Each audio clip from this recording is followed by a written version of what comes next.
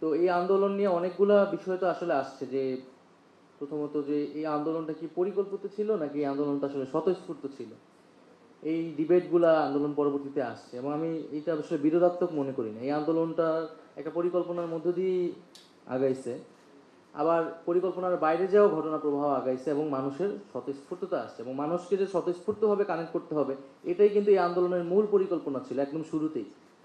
কারণ আমরা শুরুতেই আন্দোলনের নেতৃত্ব, আন্দোলনের কৌশল, এই বিষয়গুলো নিয়ে আমাদের একটা চিন্তা ভাবনা ছিল। এবং আমরা যেহেতু ক্যাম্পাসে গত 7-8 বছর দীর্ঘ সময় ধরে আন্দোলনই করছি আসলে, নানান এই ছাত্রদের পক্ষের আন্দোলনগুলা, এবং ওই রাজনৈতিক দলের বাইরে গিয়ে আসলে একেবারে সাধারণ শিক্ষার্থীদের জায়গা থেকে বিভিন্ন সময় বিভিন্ন ইস্যুতে, সেই 18 সালের কোটা সংস্কার আন্দোলন থেকে নিরাপদ সড়ক, ডাকসু নির্বাচন, এবং এরপরে নানান যে আবরার হত্যা বিরোধী আন্দোলন।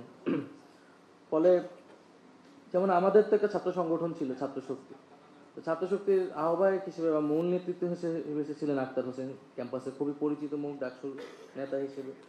কিন্তু আমাদের নিজেদের মধ্যে একটা আন্ডারস্ট্যান্ডিং ছিল যে আক্তার হোসেন সামনে থাকবেন আমরা যখন আন্দোলনটা শুরু করব।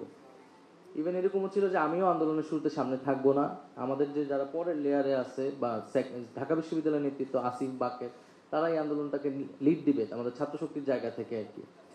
তো পরবর্তীতে যখন যেহেতু এটা কোটা সংস্কার আন্দোলন, চাকরি প্রত্যাশীরা যারা একটু সিনিয়র বা আমার ব্যাচের অনেকেই এই আন্দোলন যুক্ত হয়েছে, তো তখন সেই জায়গা থেকে আমাকে আশা লাগছে। এবং আক্তার ভাই পিছনে থাকছেন, মাহফুজ ভাই পিছনে থাকছেন, ওনারা কাজ করছেন পিছন থেকে।